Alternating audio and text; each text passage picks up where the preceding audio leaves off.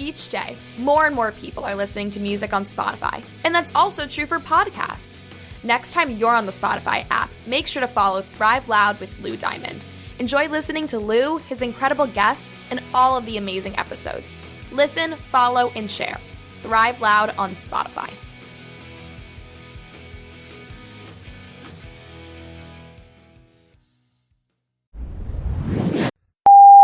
Ladies and gentlemen, I have been to the Great Wall of China. I have seen the pyramids of Egypt. I even witnessed a grown man satisfy a camel. But never in all my years as a sportscaster have I witnessed something as improbable, as impossible as what we've witnessed here today. It's Thrive Loud with Lou Diamond. I don't need to teach you to be more like me. I need to teach you to be more like you.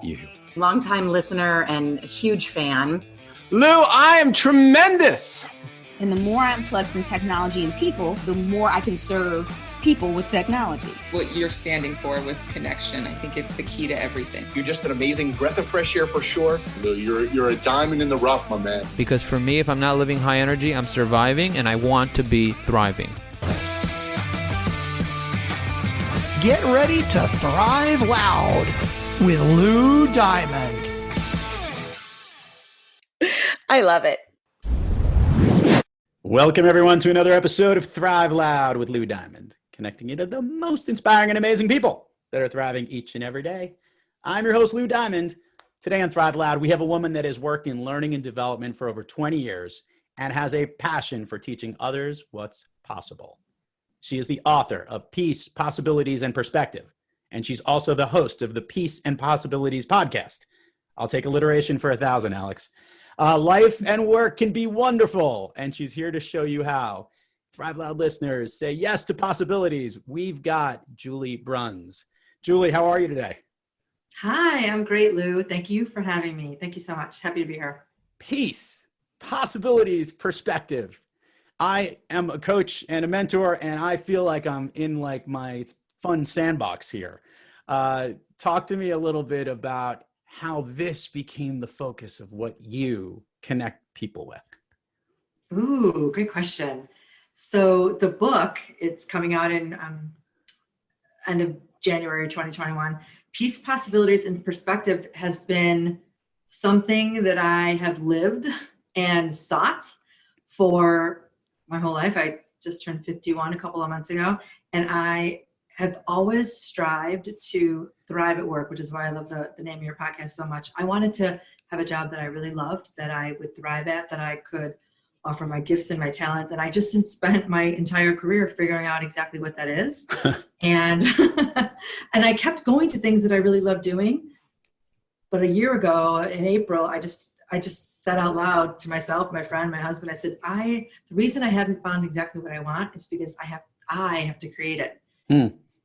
You know, like it has to be, because if I want it to be everything I want, I have to create it. So I started, these workshops that I do for my business, for clients, are all around the peace, possibilities, and perspective mindset. And they are topics that help you be peaceful, happy, and content at work and in your life, which is something that I have been striving for my whole life. So it's like, I want to share the lessons that I've learned, because I didn't have someone guiding me. You know, you're a coach and I have a business coach, and I wish I had that when I was in my early 20s. Someone could say like, hey, Julie, try this. Hey, Julie, try that. I didn't have that. I had to figure it out myself. And obviously I did eventually figure it out, but I want people to figure it out when they're 25, 30, 35, not 55. So let's dive into this in the workplace, because I know this is your specialty. You mentioned obviously doing workshops and helping companies truly thrive. So these things are things that you have not found in the sphere of things that you wanted to do, or even in the workplace. Is there not so much peace going on? Are we at war at work? Let's flip each one of these around. Yeah. Is there tension? Is that really the area of where you recognize a huge problem that needs to be solved?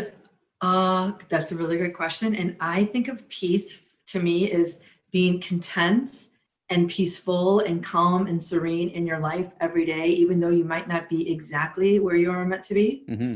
You might not be experiencing or working in the exact corporate job you're supposed to be in, or you might not be in the life or the relationship you're supposed to be in, but you still should have a sense of peace and contentment every day a little bit. You should be striving for that.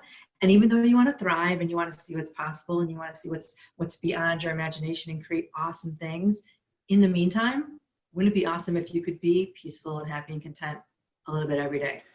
So, Julie, how do you help move people through those challenges to get to this very open possibilities with greater perspective and that sense of peace? What's some of the, I don't want to give away your whole card of offerings that you do, but what are some of the key tactics that you use to deploy when you're at your workshops? Yeah, so the workshops are all centered around a program that there's 8 topics, and all of which are also 8 chapters in my book. And all of them, I am telling stories about all of these particular traits or topics. So one example is possibilities, like seeing the possibilities and imagining the world in a better place, or your job in a better place every day. Another chapter is connection and how important it is to have truly great connections in your life to help you thrive and be peaceful and happy. Another example is curiosity, resilience, gratitude. So all of the things that I put into practice every day, I write about. And those are the workshops I speak about to help people in corporations, especially, be more engaged and more satisfied and more connected in what they're doing every day. Because at the end of the day, even if it's not exactly the thing they want, and they didn't have an epiphany and they're not exactly sure what they want to do in the world yet, they can still be contributing and be happy and thriving in their day job, whatever it is, as they're trying to figure out what everything else is. It's not all or nothing. It's not, I can't be happy here today because I don't have the job I want yet. That's what I kept telling myself. Like, I have to make the best of every day and every role that I'm in so that I can figure it out. But if you're not looking at it that way and you're just thinking the end is going to be the perfect scenario for you, you're never going to be peaceful and content, right? It's interesting because I'm gonna bring up kind of not a hypothetical. I want to bring a scenario that I have heard. And I wanted to give your take on this. And this is really interesting because I've done lots of workshops. And one of my favorite pieces of feedback I ever received from a CEO of a mid-sized company after the workshop, it was so eye-opening and so enlightening. And the CEO said to me, "Man, I'm kind of like happy but angry with you." And I said, well, why? He goes, "Well, I've got 3 or 4 people that basically have recognized they don't want to be here anymore." So I remembered spinning it right on the dime and saying, well, that's probably a good thing. Maybe you could share with the listeners a little bit about when you help open the doors about people in certain companies and they're not in the right place, explain how that actually benefits a company and a corporate culture than not. That's an awesome question, because you're right. There are going to be people that I do the workshop on possibilities of, oh, wait a minute, this isn't what I want. I didn't even know that until you started talking today. Let's just say that happens. That manager that loses that person, if you were holding them back and they didn't truly want to be there, they were going to discover it eventually. And wouldn't you rather have them discover it now than invest 2 more years in their training and their development and their performance management and everything that comes along and their benefits, everything? Wouldn't you rather have it happen now than after you've invested even more time and money in this person? And frankly, if they're there and they're not meant to be there, they're not going to be contributing the way they're supposed to be contributing, the way that's going to benefit your team and the company. They're not. Yeah, it's really not where they're supposed to be. It's not going to be an accident. It's not going to benefit anyone. It's the biggest key, and it's also one of the biggest components that always makes me say, "Oh, it looks like the CEO needs more coaching." Good point. In the sense that they'd have to recognize that they create an environment. Your goal is not to create an environment that keeps everybody there in whatever it is. You're supposed to actually get people and have them move on to the best and greatest things, because that's actually will only help bring in other great people and other great attraction to fill those roles when people outgrow them and move them. So it's actually part of the possibilities and perspective that you help them gain. Am I not right? You're totally right. And any really good leader will know that. And they know that their job is to develop the people, and that to develop you may mean you're going to stay in the company, you're going to stay in that role and be a manager in that role, you're going to move to another department. But if you can develop them in a way that's going to be the best for them and for you, everyone's going to benefit from it. The people underneath them, the people that they end up going to lead eventually. Any really good leader knows that. I mean, obviously you don't want to lead. No one wants to lose a good person. But if you're not growing, you're dying, right? Who said that? It's from a movie. If you're not growing, you're dying. So, I mean, everyone's going to be growing to some degree. Get Busy Living, Get Busy Dying. I think might have been it. That's Shawshank Redemption. No, it was Shawshank Redemption. It was Shawshank. Ah, that's funny. So I want to hit two questions before I get to some interesting levels to learn more about you. Let's just talk about you as an author and putting this book together, which comes out in January of 21. Excited for you. Thank you. The writing process. Did you enjoy it? I ended up loving it.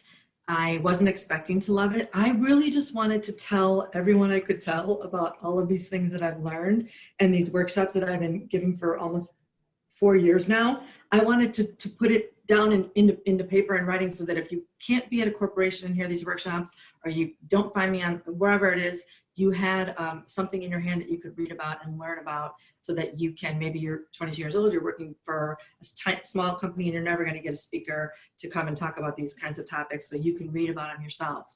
Tell me the question again, because I don't know what's going down. all I asked was if you enjoyed it, but it seems like you did. Yes. The writing process. Yes. Yeah. Oh yes, I loved it. And when I started editing all of the topics and the chapters and everything, I was telling my husband, I'm like, I really like it. I thought I wanted to get it out there because it was just important for me to get the message out. But as I started writing, I'm like, I think I have a couple other books in me now, which is kind of fun.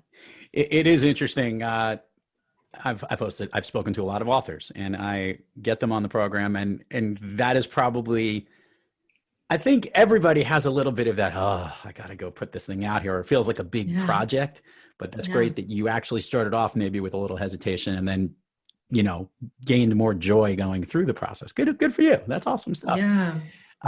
Talk to me about Peace and Possibilities podcast. I love all these use of P's. There's no P's in your name, Julie. So I'm figuring was this like letters that you wanted to just, dump all over the place? Yeah, no, Peace is just because I bought this little plaque, basically it's a little piece of canvas. It's got a quote. It's the definition of peace. I bought it like maybe 6 or 7 years ago. I was out traveling for work and I stopped at a shop and I found this thing. It was peace. I'm like, that's what I want to feel every day. I want to be that content and satisfied. Doesn't mean I want to learn it, don't want to learn anything. I just want to have that peace and contentment and fulfillment every day. And I love the word. I love the look of the word. I love the sound of it. I love what it means. And then possibilities to me was always when I was growing up, even in high school and junior high, I remember thinking like, what if I could do this? What if I could do that? I was always really excited to go learn and try new things and all of that. And sometimes people would try to squash it a little bit, but I knew that it was the right thing to do to try to find like the really cool things and go for it no matter what other people said. So those two things have always been key in my life, being peaceful and seeing the possibilities. But the perspective part came with the Peace and Possibilities podcast. So I'm sharing stories with people like you and I who have found work we really, really love, so that we can help others find it maybe a little bit sooner is my goal, and not have to work 30 years before you figure it out. So that's why it's called the Peace and Possibilities podcast, because I want people to have both. But the perspective with the name of the title of my book is because looking back now, I wanted to have peace and I wanted to see the possibilities. And now I have all the perspective. Now I'm in my 50s. I couldn't have written this book when I was 22. I wanted it. I wanted a book just like this for me when I was 22, and I'm sure there was something similar, but I didn't have all the lessons and the wisdom. And now that I have it and all the experiences, I can share my perspective on looking at all these topics and how they lend themselves to a happy, peaceful, thriving life. And if you look at all these things every day and kind of practice them. So that's why those words. Julie, I love asking every guest that comes on this program this question. I actually love asking anybody this question, but when they come on the podcast, I have a chance to actually record it and have others listen to it. And we all have days when we're kicking on all cylinders, where we're feeling peaceful. We've got open possibilities. We have the perspective we're looking for. We are truly thriving. But there are days when we're not kicking on all cylinders, when we're not quite on our A game, if you would. Yeah. Julie, when you are having trouble thriving, what practice do you take on? What individual do you seek out to get yourself back on the thriving track?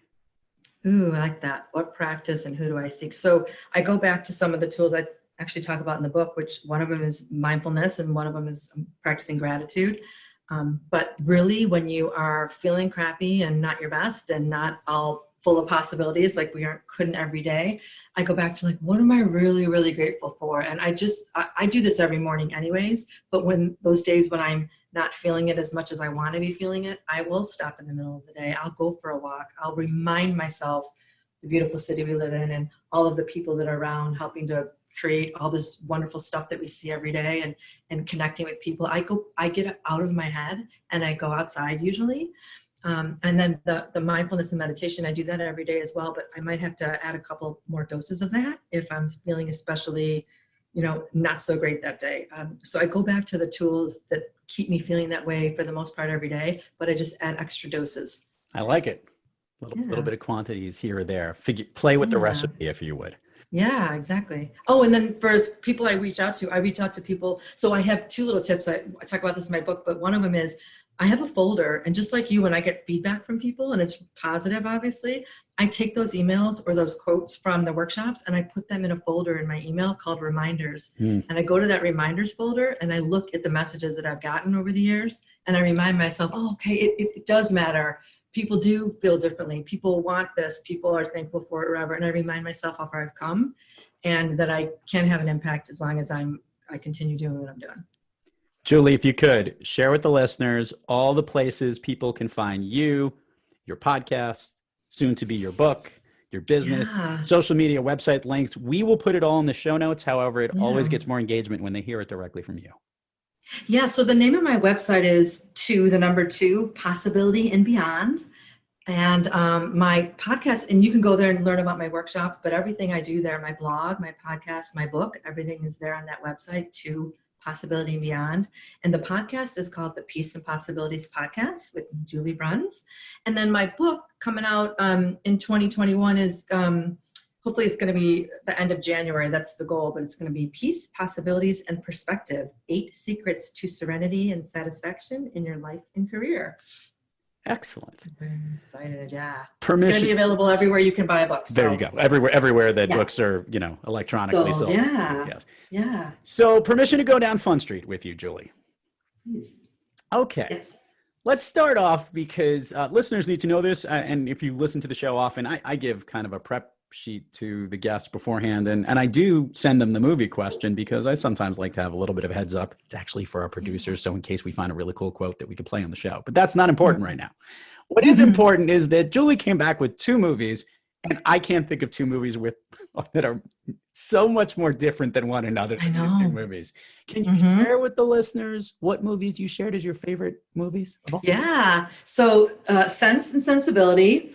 And the other one is Shawshank Redemption. And I know they are really very opposite, but they both taught me big life lessons. Okay. So how do these movies connect to you? Let me hear these life lessons that they taught you. Yeah. So for Sense and Sensibility, it was just the way that I like it because it's a sweet, it's got a lot of layers to it, the writing, but it's a movie about siblings and love, and it's just a special story about how people are connecting and coming back to being with each other, and how kind of everything that's meant to be will end up being together. There's a lot of pain in it and people trying to figure out who they're supposed to be with and stuff, but at the end of the day, when they do come together and you're with the right person and you're in the right place, your life is beautiful. That's the message I got from that.